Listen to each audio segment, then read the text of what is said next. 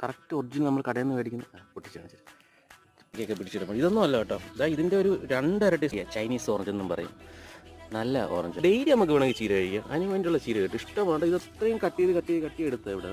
Hi friends, അപ്പം പുതിയൊരു വീഡിയോയിലേക്ക് സ്വാഗതം. അപ്പം അത്യാവശ്യം ഇനി കുറച്ച് ഫ്രൂട്ട്സ് പ്ലാന്റുകൾ ഇവിടെ ഉണ്ട്. ഞാൻ നട്ടിട്ടുണ്ട്. അപ്പോൾ അത് ഏതൊക്കെയാണ് എന്തൊക്കെയാണ് അതിൽ നട്ടിരിക്കുന്നതെന്നുള്ളത് നിങ്ങൾ പരിചയപ്പെടുത്തരാം.